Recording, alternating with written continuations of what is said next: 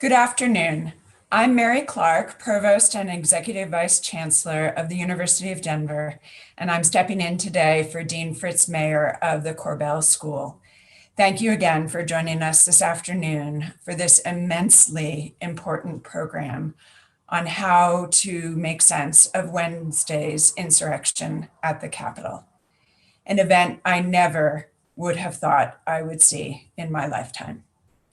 The forcible disruption and violence to the most fundamental of our democratic principles and democratic institutions, the racial, ethnic, and indeed gendered hatred expressed by the mob, including the symbols of the Confederate flag in the Capitol itself.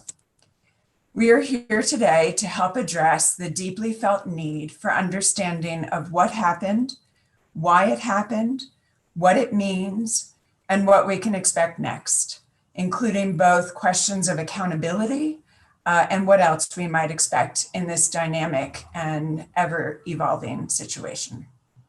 We are very fortunate to have with us today thought leaders from across the University of Denver who will help place Wednesday's events and the ongoing events in the context of history, democratic thought, the experiences of other nation states with political violence, and our political system itself. I would love to introduce now our thought leaders who will be engaging us today. We are very pleased to have with us April Alexander, who is Associate Professor in the Graduate School of Professional Psychology. April's research broadly focuses on violence, victimization, forensic assessment, and trauma. Thank you very much to Dr. Alexander for joining us today. Also with us is Dr. Nazneen Barma, the Director of the Scrivener Institute of Public Policy and Associate Professor at the Korbel School of International Studies. Naz is a political scientist whose work spans topics including peace building, political order, foreign aid, and economic development. Thank you to Dr. Barma for joining us. Next up is Professor Jennifer Greenfield, who is Associate Professor and Associate Dean for Doctoral Education in the Graduate School of Social Work. Her work is on social policy, studying how policies help shape the human experience and how humans shape policies, critical to today's work. Thank you, Dr. Greenfield, for joining us. Also on the panel is Seth Maskett, who is the director of the Center on American Politics here at DU. He is a professor of political science within our College of Arts, Humanities, and Social Sciences. Dr. Maskett is an American politics expert whose research focuses on American political parties, campaigns, and elections. Thank you, Seth, for joining us. And lastly, Dr. Susan Shelton, professor of history in the College of Arts, Humanities, and Social Sciences. Professor Shelton's work focuses on the Civil War and Reconstruction, also the history of ideas and culture in America, and on the American presidency. Thank you, Professor Shelton, for joining us. We will start with questions that I'll pose to the panel relatively briefly, and then we will move to Q&A posed by our audience. I invite you to be posting questions in the Q&A section of the Zoom screen.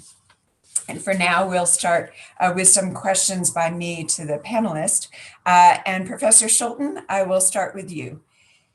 Have we seen this sort of thing before in American politics? Just how isolated and unusual an incident is this? Or does it follow some type of tradition in American politics? Would love your perspective and framing on this. Thank you, Provost Clark, and especially to all the organizers.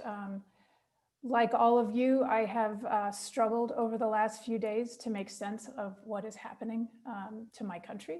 You would think, as someone who's got 25 years of experience in American history, I wouldn't have been blindsided, but I have been deeply blindsided. And like many of you, have spent some sleepless nights sorting this out. To Provost Clark's question, what's the precedent for this? I want to just relate a vignette and my own anecdotal experience over the last 48 hours. On Wednesday afternoon, I fielded a few questions from reporters, and they all took on sort of the same rhythm. And that is, what's the precedent for this? And of course, what they meant was, what's the precedent for an attack like this, a breach on the Capitol grounds and the building? And of course, I want to tell you, and many of you know this if you're reading the news, there really isn't one. You have to go back to the British attack on the Capitol when they burned it to the ground in the final months of the War of 1812. And since then, we haven't really seen such a massive, violent, brazen, chaotic attack. But I want to suggest that we reframe the question, because I don't think that that's the most useful or important way to think about this. What we saw on Wednesday was the open use of force to overturn democracy. And unfortunately, there's a long and storied history of that as part of American politics. There's been a lot of attention very lately to the 1850s as a period of increasing polarization, because we know, of course, that that precipitated the Civil War. Throughout the 1850s, as slavery became more and more controversial in the North, Southern Democrats used increasingly brazen and extra-legal tactics to preserve their power and to preserve their control on the expansion and extension of slavery in the face of the rise of the Republican Party, which was dedicated to ending the extension of that. And there are important examples of that, overturning the election of the territorial legislature in Kansas. And of course, the greatest rejection of electoral outcomes was in 1860, when several Gulf states, rather than accepting the outcome of the election and the victory of President Lincoln, rather than living with that, they made the decision to leave the Union, and that, of course, precipitated the war. And we can talk about that transition if that's of interest to the public between Buchanan and Lincoln. But much more important is what happened after the Civil War. Many of you know, at the height of Reconstruction, African-American men were protected in their right to vote by the 15th Amendment. But that was never a popular decision.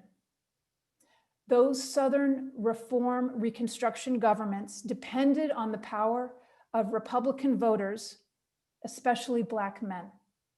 Southern Democrats never considered Black men legitimate voters, nor did they consider the Republican Party a legitimate party. And I want to present that as a really important echo of where we are now. The Republican Party was not considered legitimate across the South. Those Reconstruction governments lasted as long as there was federal force protecting them and protecting voters. But as Northerners began to turn their attention away, What we saw was the systematic use of force across every one of the southern states to dismantle the Reconstruction governments by attacking Republican voters and office holders. The best example of this is in Louisiana. As Eric Foner tells us, every election in Louisiana between 1868 and 1876 was marked by violence. That violence stemmed from the White League, which was essentially the Ku Klux Klan of Louisiana, a paramilitary organization dedicated to restoring white democratic rule by intimidating voters, by openly assassinating office holders, by keeping Blacks away from the polls, and in the best example, in 1874, trying to execute a coup to remove the Republican governor of Louisiana. At the height of that coup attempt, the White League openly drilled in the streets of New Orleans. That came to a head when the police pushed back, and the White League executed over a dozen police officers, many of them African Americans. They succeeded in removing the Republican governor for a few days before President Grant was able to restore him. So they may have lost in the short term, but as many of you know who study history, the White League succeeded in the same way that the Red Shirts in other states and the Klan across the South succeeded. By the mid-1870s, every Reconstruction government had been dismantled. Blacks had been fully prevented from a voice at the poll. And for the next century, violence like that was unnecessary because it had been effective in the 1870s. So what I want to suggest to you is that the reason incidents like that don't leap to our mind on Wednesday is because they worked. Violence is far more integral to political history and to coercing electoral outcomes than we want to recognize. Thank you, Mary. Thank you, Susan. Very powerful and very helpful framing. We're going to turn next to Naz Barma, and I want to take advantage of this to thank Naz for all of her organizing of today's event and her thought leadership of today's event, which has very much been in partnership with Dean Mayer. And I want to send our very best wishes to Fritz, who was undergoing surgery today, and we all send our deepest care and love to Fritz. So my question to Naz is, we tend to think of the US as relatively free from political violence. How does it compare to other democracies and other presidential systems in particular in this regard? What are the implications of these events for the United States' reputation abroad? Thank you.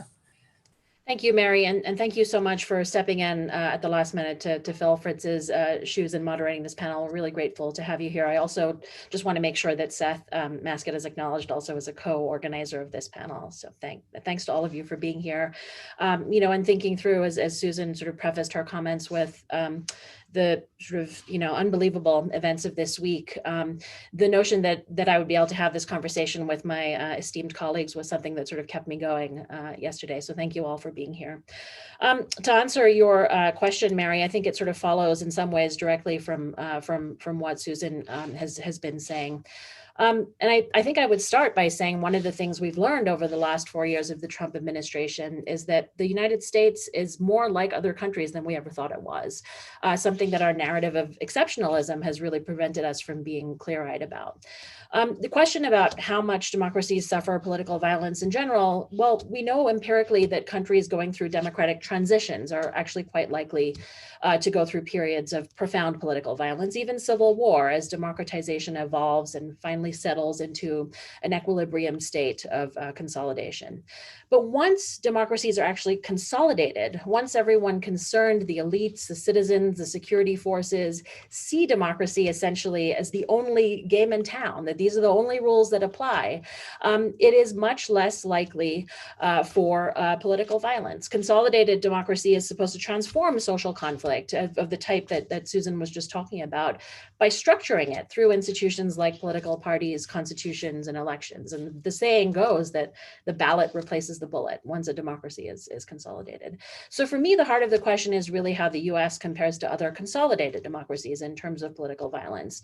We're not talking about hyper-presidential systems like in Bolivia and Venezuela that have actually been quite continuously unstable over time.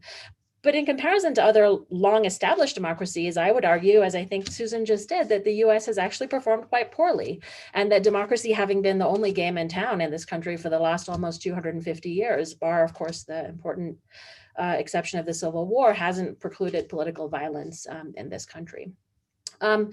Other established democracies that have gone through extended and painful periods of political violence include the UK, the United Kingdom, in terms of the Northern Ireland conflict, Spain in terms of the Basque region, Canada in terms of Quebec, and I'm talking, of course, about separatist conflicts. That's not really what political violence in the United States looks like. The country that comes to mind for me with some parallels to the US as I was thinking about this yesterday is actually India. Unquestionably an established democracy, albeit, of course, one much poorer and more riven by religious and sociolinguistic cleavages. There are restive and separatist regions in India that the state has acted decisively against. But what looks to me more like the US is the communal Hindu-Muslim conflict that has ebbed and flowed throughout the country's independent history. And so much of that conflict in India, the scholarship tells us, depends on the active incitement of so-called ethnic or communal entrepreneurs who soak those divisions for political gain. So I think that what we are seeing here, surprisingly consistently, again, as Susan described, is essentially a type of political violence, entrepreneurialism in the United States. And that concept applies across the spectrum. It applies to the Black Panthers, for example. Donald Trump is the latest incarnation. For him, it is sort of vivid, explicit incitement, as we saw on Tuesday and as we've heard over and over again for the past 4 years. And that incitement and the violence that we saw this week was both slowly building as well as sudden, to paraphrase my colleague, Tim Sisk. I wanted to just note that we used the word insurrection in the title of this event. We did not do so lightly. What happened on January 6th at the Capitol was a violent and armed attack against the institutions of our democracy, both tangible and intangible, against the representatives that we, the citizenry, have elected to serve us, as well as the public servants, from Hill staffers to custodial workers to the Capitol Police, who are keeping the business of government going. And it is that assault on the normal functioning of democracy that really sets this apart, I think. And again, to just kind of echo Susan's sort of, in a sense, sort of what was unbelievable and what we didn't see coming was that assault on the actual functioning of democracy. And that is what doesn't happen in other consolidated democracies.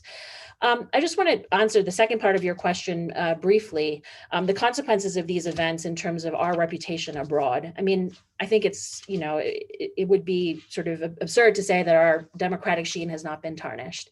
But I would also say that I think it's important to recognize that our reputation, our standing doesn't come from us being perfect. Something that Tamara Kaufman-Wittes of Brookings Institution has emphasized is that democracy is not an utopian equilibrium state. It's a constant process, a struggle even. And if we share our struggle, honestly, with the rest of the world, perhaps it gives us more credibility rather than less. Let me just end with a pitch that these themes of the state of US democracy, democratic decline, civic and policy responses to it, are the major themes of the Denver Democracy Summit that the Korbel School is going to be hosting on February 25th and 26th. Please stay tuned for more information on that, and please do join us. Thank you. Thank you, Naz. Very helpful framing in terms of the dynamic state of affairs, and let us be a teaching example for others. So thank you. Dr. Greenfield, I'd like to turn to you now. What do you understand to be the immediate options for addressing this? Should Congress, should the cabinet be attempting to remove President Trump? We see a lot in the news as of just moments ago in this regard. Or as some would say, is that more trouble than it's worth?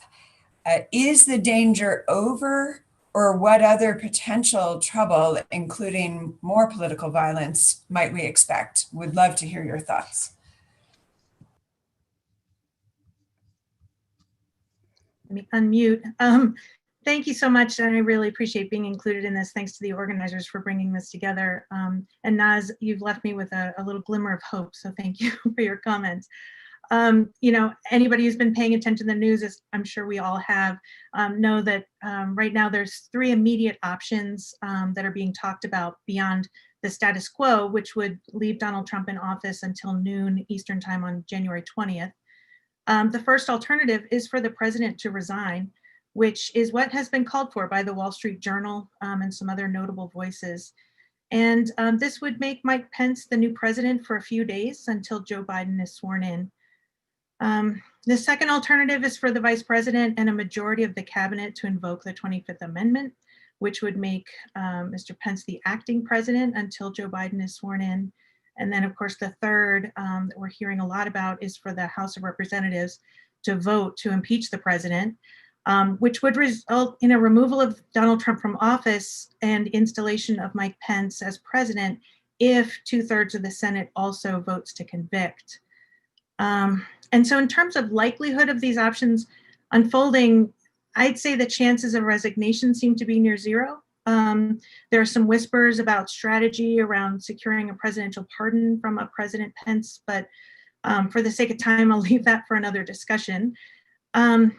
In terms of the second option, invoking the 25th, the chances of that seem to be dwindling. And as we saw yesterday, 2 members of the cabinet thus far have chosen to resign rather than taking a position on the 25th. And thus far, it does not seem that the vice president is inclined to take this extraordinary step at this time. And so then in terms of the third option, it does look like the Democrats will be initiating a fast track process to bring articles of impeachment to the House floor quickly.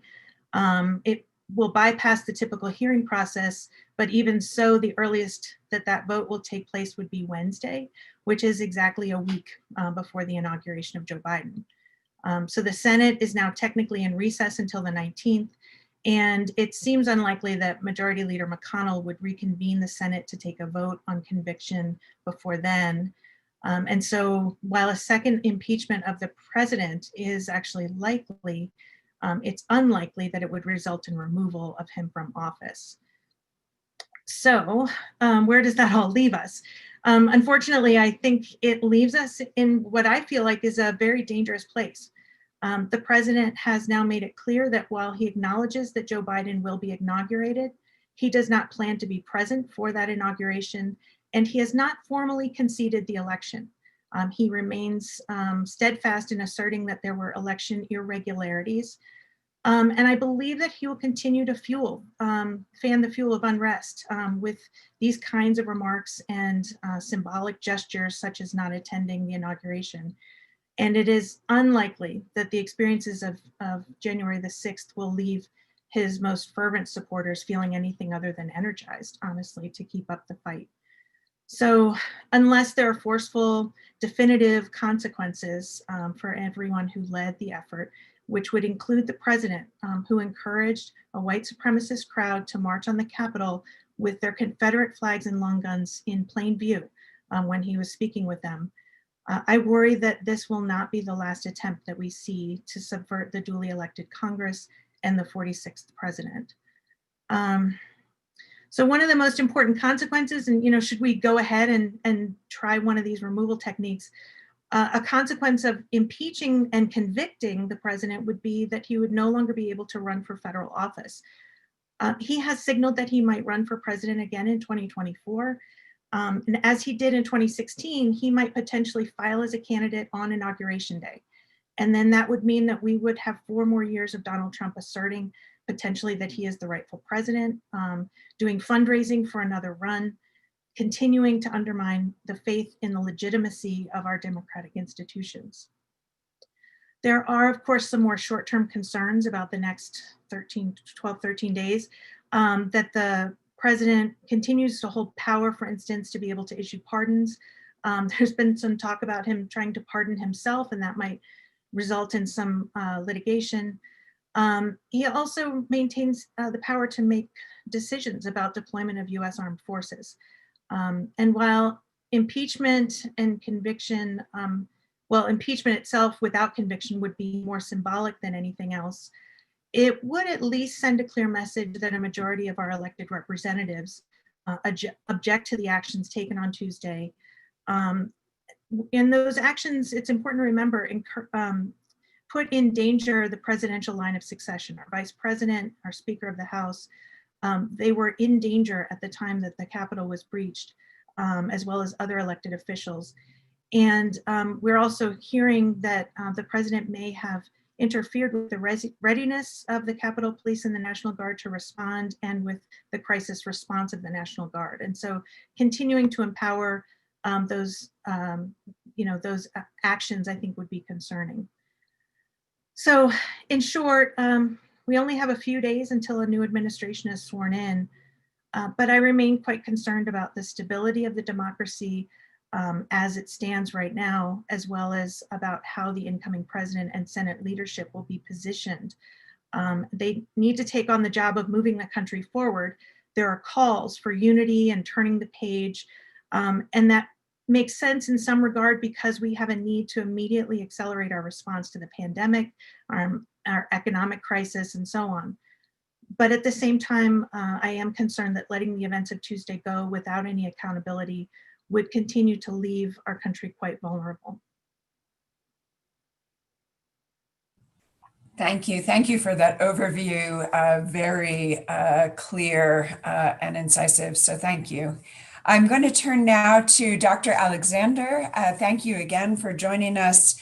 Would love your thoughts and reflections on how do we make sense of the way in which the protesters, including white supremacists bearing the Confederate flag, were dealt with at the Capitol on Wednesday, as compared with the means that we've seen police take in response to Black Lives Matter protesters over the summer. What are the consequences of the political violence that we've seen and the impact on our political system? I would love your thoughts and reflections. Yeah, thank you, Mary, and thank you to the Korbel School for having me. One of the main questions people asked me going into the new year is, what were my hopes for the new year? And I was quite frank, and I said, I hope we don't forget 2020. I hope we don't forget the impact that COVID-19 had on our country and on the world. And I hope that we don't forget the racial reckoning that happened in 2020 and its impacts. And so we come on, I think, this sixth day of the year, and people already forgot. I was not shocked or surprised by what happened on Wednesday. In fact, I think I was a bit numb, and I didn't have any really emotional reaction. Why should I be surprised knowing the history of this country? Why should I be surprised by seeing, again, white supremacists who have been active and involved engage in this insurrection? They've been telling us that this was coming. They were told to stand back and stand by. And we've seen the damage that white supremacists have been doing for over 400 years, and especially in these last 4 years. So none of this was surprising to me in this moment. Now, what was surprising to myself and many others, especially a lot of other Black people in this country, was that invasion of the Capitol. And what did disappoint me is just reflecting just a few months ago of seeing so many millions of Americans protesting against state-sanctioned violence, and particularly state-sanctioned violence by police. And for myself, I said at the beginning of the protest here in Denver, I said, all I want is for people to be free to protest without fear of state-sanctioned violence. That we should not be met with these less lethal munitions, chemical weapons, rubber bullets, and things like that. That should be for everyone. That if we are truly protecting our First Amendment rights, that I want that for everyone, and everyone should feel free to be safe. But unfortunately, in the months to come, we witnessed that was not true. That myself, my friends, family, and so many other Americans had been exposed to so many of these different types of less lethal munitions. So what did shock me was the reaction on Wednesday. We can't ignore the disparities that occurred. That's what would it look like for a slew of Black Lives Matter protesters to go to the state capitol? Well, we already know that. We have the pictures. We had the law enforcement presence at the state capitol all throughout the summer, and there was no way that they would even enter the grounds of a state capitol. And then I love what kind of Susan said earlier is, let's look at this event. I know people are calling it so many different things, insurrection, a coup. I said domestic terrorism in a few different articles because it was an intentional act against our democracy. How was I to know when I was watching those live videos that somebody wasn't going to get assassinated that day? So as Jen is talking about consequences and accountability, something that Black Lives Matter protesters and people of color have been talking about forever, this is another situation in which we need to be thinking about consequences and accountability. Those Indigenous folks at Standing Rock, they were not granted the opportunity to protest civilly. We've been spending years bashing Colin Kaepernick for his civil, peaceful protest. Data has come out that said 96% of the Black Lives Matter protests have been peaceful. And so when I see these actions in Wednesday, just thinking about 2020, and again, thinking about the messages that we were supposed to gain as a society from 2020, that we were talking about institutional and systemic racism, and that's what we saw again on Wednesday. So thinking about next steps forward, what is our country going to look like in terms of having a real truth and reconciliation process with regard to racism? That again, I was hoping that people did not forget their recent history or this 400 years of history coming into this year. So what are we actually going to do to address, again, the racism that's going on in our country and the unfair treatment of individuals in our country? And that's what we need to be having a discussion on in this very moment. Thank you, Dr. Alexander. And what is your optimism for that ongoing conversation? I'd ask as a quick follow-up. My optimism, I think, again, reflecting on 2020 into the events of Wednesday, is people are becoming more engaged and involved. The Black Lives Matter protests of 2020 was the biggest civil rights movement in the history of the United States, the New York Times said. That I'm hearing the dialogue change. I'm hearing people say institutional racism and systemic racism and anti-racism and buying the books and doing this and that. So that does give me some hope. Even watching the George Floyd video or watching the events of Wednesday, people are like, oh my gosh, this is real. So I'm wondering if people are actually going to turn those thoughts into action. Very helpful. Thank you. Thank you. And before I turn to my last question, which will be to Dr. Maskett, I wanted to remind our audience, please feel free to post questions to our Q&A, and we will be turning to the question and answer session momentarily. And Seth, I would like to take advantage of recognizing all of your thought leadership and organization in putting today's program together. It is a joint enterprise between the Scrivener Institute and the Center for American Politics, and we're so fortunate to have both of these forces on campus helping us think about and reflect on what we've just recently seen and so many other events and issues. So thank you. My question to you is, how fractured is the Republican Party right now? Is Trumpism still alive, or is there, as a result of Wednesday's event, also Tuesday's election outcomes in the Georgia Senate races, is there a silver lining of a potential rejuvenation of some sort of centrist bipartisan force in response to these events? Would love to hear your reflections from that particular perspective. So thank you. Thank you. Thanks so much for that question. And, just to mention, I went to, after the horrific events on Wednesday, I went to bed that night thinking, wow, the Center on American Politics really ought to do something about this. And I was very pleased to wake up to urgent emails from Provost Clark, from Naz, and from others around campus, providing a lot of encouragement for this sort of thing. So thank you for your leadership in helping to put this together on such a short time span. This is a really interesting topic for me. There is a very serious rift right now within the Republican Party that bears in all of this. It is not purely an ideological rift. This is not just about moderates versus conservatives. Interestingly, those who have supported some of the objections against the electoral vote counts they're not really more conservative than others in the Republican Party. This is really about different views of the election. This is about different views of reality, differing views about the very value of democracy and democratic elections. Bringing this to my own research, I just wrote a book about how parties interpret an election loss and how that shapes what they do in the years to come.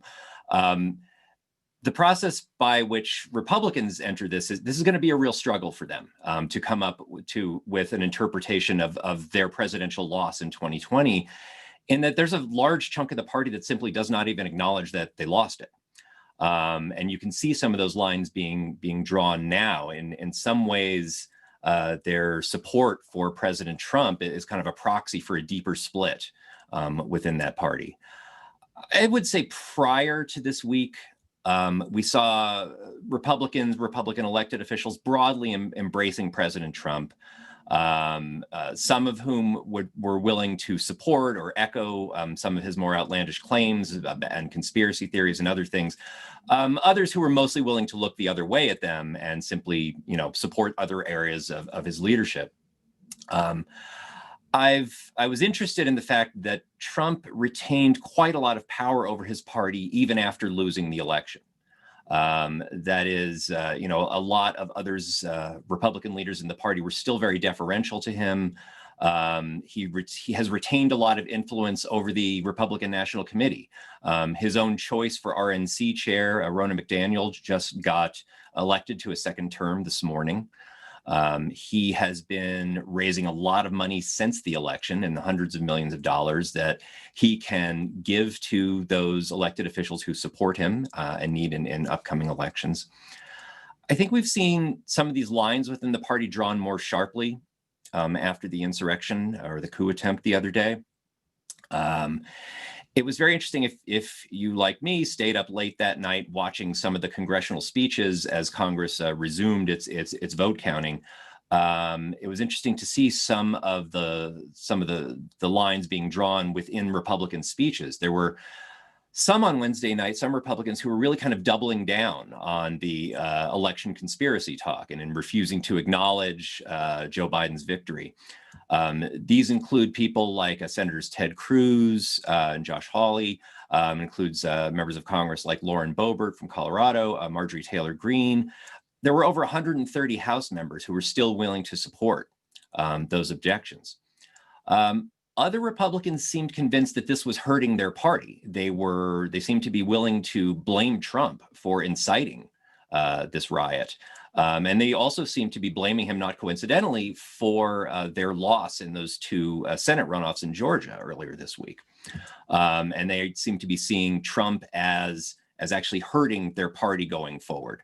It wasn't that long ago that, of course, Republicans controlled the White House, the House, and the Senate, and now all of those are gone in a fairly short period of time. People echoing these concerns include some fairly prominent Republicans, including Republican leader in the Senate, Mitch McConnell, Mitt Romney, Colorado's own Ken Buck.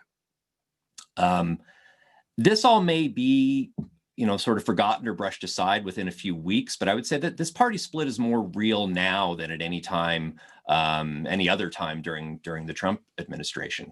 We may see these splits coming up a lot in the next few days as impeachment discussions continue. Several Republican senators, it's possible, may vote to remove him should this come up. We will definitely see this fought out in the Republican congressional primaries in 2022. Trump will be certainly supporting a number of congressional candidates who advocate for his point of view. I think others in the party will be supporting others who oppose that. And we'll likely see this fought out in the presidential primaries in 2024, where there's a fairly good chance Donald Trump himself will be a candidate or will be supporting someone who is very supportive of him. Nonetheless, after this week, it seems like Trump's star has fallen somewhat. That is, he hasn't really lost a ton of supporters, but those who have been publicly lukewarm to him, I think, are more vocal in their opposition to him now. And I think are more vocal about the fact that they don't want to see him having a role in the party in the future. I'd say more generally about this rift, the health of our democracy actually depends on the outcome of this debate, of this struggle within the Republican Party. Basically, you can't have a democracy when you have only two parties and only one of which accepts election losses. That's a recipe for democratic decline and failure. And so, the outcome of this debate within the Republican Party is something vital for us to be paying attention to. Thanks. Very helpful, thank you. And we now turn to the audience questions. They will be moderated by Dr. Barma and Dr. Maskett. Thank you all for joining us. To the panelists, thank you for your thought leadership. To the audience, thank you so much for joining us. And now we would love to hear your questions and respond to your questions. So I turn to Dr. Barma and Dr. Maskett. Thank you. Thank you. Let me just echo the provost's appreciation for the audience engagement. We've got, an incredible number of really sort of thoughtful and provocative questions in the chat, which in some ways they're framed as questions, but I also see them as, incredibly helpful and thoughtful ways of thinking about this challenge from all of the different angles that we haven't yet addressed on this panel. So thank you.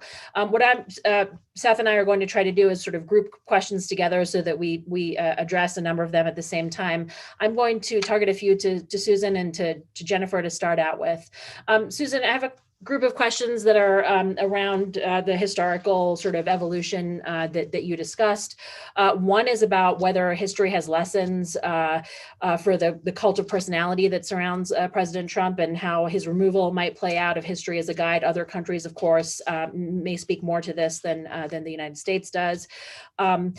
Are we witnessing, in addition, the birth of an insurrection movement around this cult of personality that will be ongoing in the United States? And finally, perhaps on a more positive note, how have we learned from history whether it's possible to de-radicalize those influenced by Trump and his allies?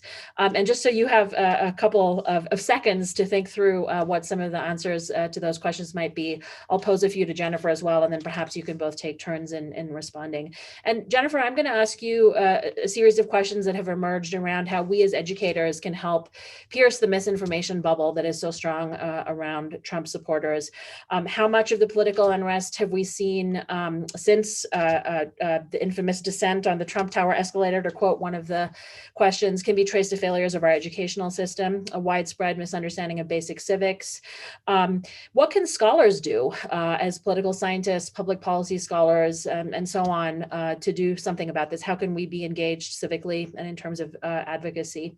And a couple of questions about your points on the various options for removing Trump. What might happen after the fact? What might happen in terms of consequences for Donald Trump after Inauguration Day? So Susan, I'll turn the mic over to you. Thank you.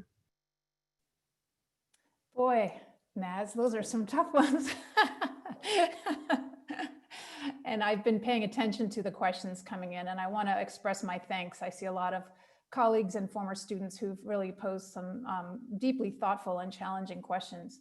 And as I said at the outset, I have been humbled. April is right. I shouldn't have been surprised or blindsided, but I was. And that has forced me to really reckon with my own degree of sort of insulation from some of this and the degree to which it's racialized. About the cult of personality, that's a good question. I mean, we know American history is full of leaders that have wielded leadership and power through their charisma, right? And it's not surprising to me that President Trump early on in his administration singled out Andrew Jackson as kind of a model. And Jackson was poisonous in that way, using the cult of personality to whip up anger at Native Americans in Georgia that led to the forcible and violent removal. There are lots of other ways that Jackson did that. There's something related that I'd like to mention around this cult of personality, and it goes beyond the presidency. But if you think about someone like Joe McCarthy, right? I know I'm racing across time and space here, but I've talked to colleagues about this, right? Joe McCarthy was deeply anti-communist, but he also propagated accusations that he knew to be untrue and was sending all kinds of messages and tacit to followers to develop deep suspicion among of their own citizens, right? So not just fearing communism abroad, but turning that scrutiny on to Americans themselves. That quickly got out of hand, right? And it took, of course, the Army McCarthy hearings for Joseph Welch to stand up and really expose McCarthy for who he was. But the power that he wielded in 1952 and 1953 at the heart of those hearings in Congress was astonishing, right? A junior senator from Wisconsin. So people can get whipped up into tremendous frenzies around these kinds of misinformation. The other thing I want to say, and I'm really more curious in what Jennifer has to say about how we pierce this, is this, and that is, while I was listening to all the panelists, I was thinking about the way in which presidents deeply matter and the things they do or don't do. Trump is often compared to the man who tops the list of our worst or most dangerous presidents as President Buchanan, who did little after the election of 1860 and the subsequent secession of the Gulf states to stop it. He considered it beyond his power, even though he objected to secession. He sort of threw up his hands and says, I can't do anything. And it was that kind of inaction that accelerated secession, that emboldened Southern secessionists to take forts, to gather arms, and to turn secession into a more powerful movement than it might otherwise have been. So I wouldn't call Buchanan a charismatic president, and yet those actions had profound consequences. I hope that's a reasonable answer, Naz. Thank you so much. Over to Jennifer. All right. Where to begin? Regarding that question about piercing the misinformation bubble, this is actually something that comes up quite a bit, even in conversations with colleagues and certainly with students, where they ask, where do you get your news? And it's a really, it seems like such a basic fundamental question, and yet it is so complicated. And so, one of the things that I've really encouraged my students to do and colleagues to do is to make sure that they're consuming news from multiple sources. And I actually find that Twitter, for all of its faults, can be really helpful in this, in that, identifying reporters who cover the beats that I care about, knowing their names, and then, I can be reading what international newspapers, as well as, multiple US outlets are writing about the events as they're unfolding. And I find that that's much more valuable than just going to a single news source and trusting that that's going to give me all the information I need and that it will be the right information. Consuming news articles without looking to see who wrote it and was it, confirmed, verified information, sharing something based on the headline alone, those are all dangerous sports there. And I think that it's important, and I've gotten tripped up on this myself, where you want to share something quickly because it seems really important, but if you haven't taken the 5 minutes that's necessary to click through and find out where this is coming from, it's very easy to get caught up in actually sharing misinformation yourself. One of the things I want to normalize is that we all do it. It happens. And so that it's important to just have some accountability. And so when I do share something that is incorrect, I immediately, as soon as I find out, state that publicly, as opposed to just quietly trying to tamp it down. And then I may, delete the thing itself that is misinformation, but to say upfront, this is wrong. Because I think it's really important to do that sort of fact checking in real time, and that if we're all engaged in it, then it becomes easier for others to admit that they've been wrong as well. Regarding, our teaching of basic civics, I had seen somebody post about this, where they said, STEM, STEM, STEM, STEM, STEM. Wait, what just happened? Our education system from, K-12 through higher ed, over the last several decades has been moving more and more toward profession-based training, career training. And we talk a lot about what are the skills that you need in order to perform the career function you want to adopt. And that doesn't necessarily prepare us to be able to do the kind of critical thinking that we need to consume information in a smart way.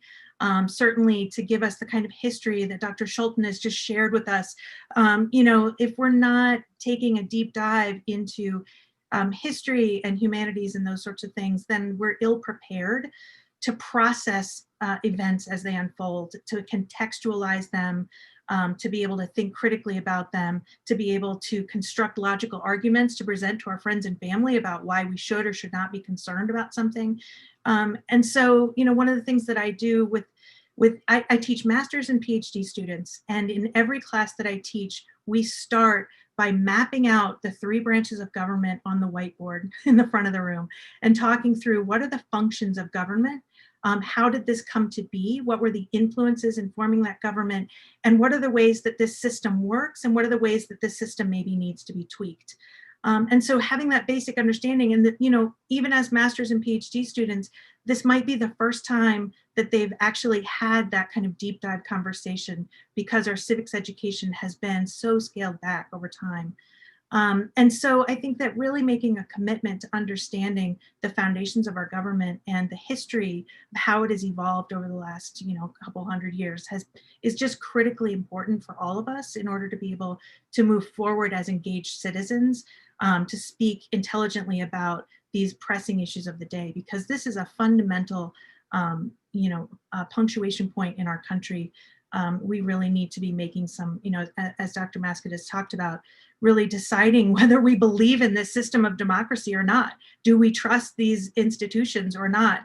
And those are questions that we can only answer together, with people who are well informed. And so in terms of what policy scholars can do, one of the things that I really emphasize with all of my students, and that I try to adopt as practice myself, is to make logical arguments supported with credible evidence in everything I do, and so that basic principle of, if you're going to engage in a debate on Facebook with your aunt who's spouting a conspiracy theory, or if you're going to be bringing, something you saw on Twitter into the classroom, to know what the logic is behind what you're saying and how each piece of that logic is supported with credible evidence. And so taking the time to go find that evidence and demonstrate why it is. Why do we think that this was a white supremacist attempt or effort to breach the Capitol? What is the evidence for that? So we can demonstrate that, and we can list those factors, and then it becomes a fact-based conversation as opposed to an emotion-based, well, I think kind of conversation. So that's what I really try to revert to. I know that these things can get really emotional and difficult, especially when it's friends and family that we care deeply about, that we may be arguing with.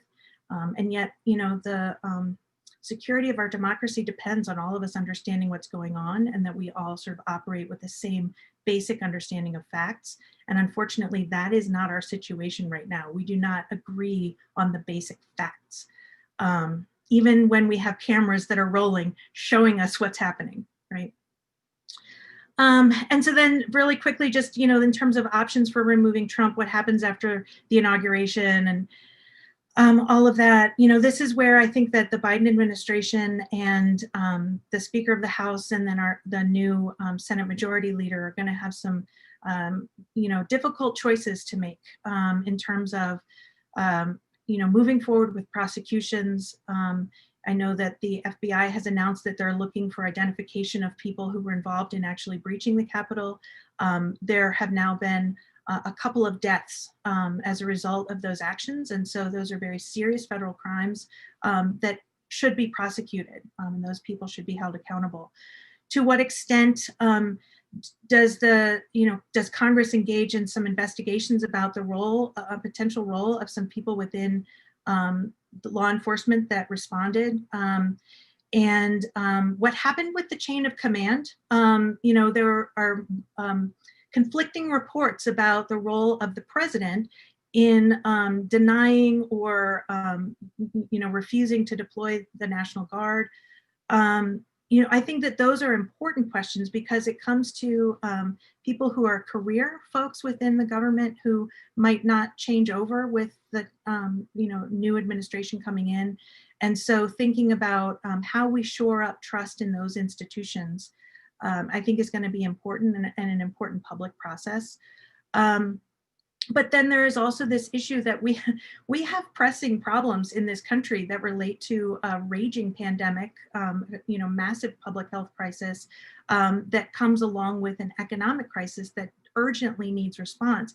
So we need a Congress that's actually focused on policy making, not just accountability. And so this is where I think that we've got some really tough days ahead where a Biden administration and the new Congress are going to be wrestling with how much attention do we pay to holding accountable what happened in our recent past, and how much attention do we pay to the unfolding tragedy that is also ripping our country apart in terms of the loss of life, increasing levels of disability in terms of people with long COVID, and the economic really a humanitarian crisis that's unfolding. So I remain glued to the TV with all of you to find out what they decide, because I think those are really difficult questions, and I'm not sure exactly where they'll land.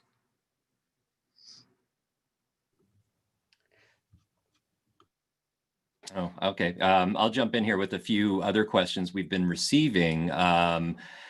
And I know our time is relatively short, but one question that I'd actually like to direct to April, if that's okay, concern basically the difference between extreme protest and a coup attempt. Like, basically, where do we draw the line? What is a legitimate protest and what is actually dangerous? Is it the presence of guns? Is it what the protest is directed at? What should we be drawing the line at?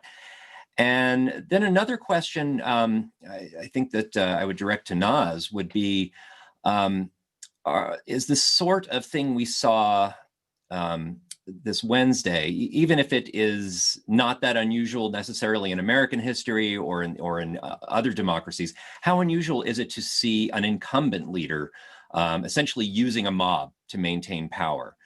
Is this a different sort of coup? Is this an auto golpe, or what is the proper way of thinking about this?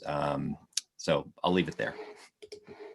I don't have a lot, so I'll keep it short. I think the whole nation is having conversations about the use of all these terms. I think Merriam-Webster coup was searched like 30,000 times more in a single day.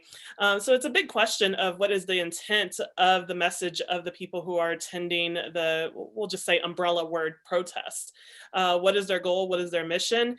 When you bring a noose to the Capitol, what does that represent? And what does that look like when you're trying to break into the Capitol where we had elected officials? And so for myself, as I'm reading a lot of news resources, really questioning the use of language in those headlines and why it differs from one group to another group.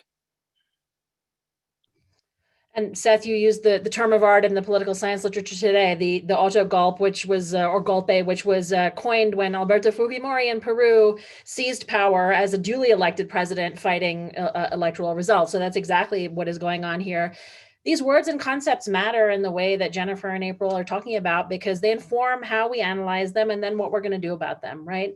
And so, these debates, I think that we're seeing today, it's great that people are kind of having these conversations. I will just add that the wave of democratic erosion that we see across the world today is less about coups of people who don't have power seizing power, and more about incumbent leaders retaining power, whether through armed insurrection or through other means. A lot of questions about the media, the use of the media, and so on and so forth. So Viktor Orban in Hungary, Tayyip Erdogan in Turkey, Jair Bolsonaro in Brazil, Narendra Modi in India. These are all of a kind, and I think they really sort of speak to the question that you asked. Seth, I'm going to ask you one question. There's a lot of interest in your points about the Republican Party, and I think that the heart of the questions that we're seeing here is whether there is anything people outside the Republican Party, including the citizenry, can do to assist the GOP coming to a democratic resolution to their current dilemma? That's a tricky question. It is, it's people within a party aren't necessarily that receptive to people outside the party telling them what to do. One thing that does make American political parties very distinct among other parties around the world is that they're very porous. That is, it's not very hard to become a member of another party. For the most part, they don't charge dues. They don't, meetings are open, they're public. If you actually want to register with a different party, you're allowed to do that. You can participate in their primaries. You can donate to or volunteer for candidates who would be moving that party in a different direction. I don't necessarily see that as anything, subversive or insidious or anything like that. It's simply trying to move a party in a different direction. So, if people are interested, I certainly encourage them to sort of take advantage of that porousness and try and influence things and simply participate in the perfectly legal and participatory ways there are out there to actually shape how a party is run and who it ends up supporting and who ends up winning. Thank you, Seth. And thank you to all of our panelists. In closing, I'll say this is just the sort of conversation that I think we're all hungering for. The thought leadership that you have provided is a real benefit to us as we continue to reflect on recent events. And I'll say it's what I am most deeply proud of in my relatively new affiliation with the University of Denver, just the seriousness of thought and reflection and the comparative and historical social context that we bring to events. So thank you. There are 2 events that are upcoming that I'd like to flag for our audience. There is one hosted by the Korbel School on Inauguration Day that is specifically focused on Inauguration Day and what can we expect of the Biden administration and what can the Biden administration hope to achieve. So coming soon. Likewise, another event on the Denver Democracy Summit, February 25th and 26th. Please look for notices about these upcoming events and our ongoing dialogue and discourse on these matters. Thank you again to our panelists, and thank you so much to our audience for joining us. We look forward to seeing you at future events. Thank you.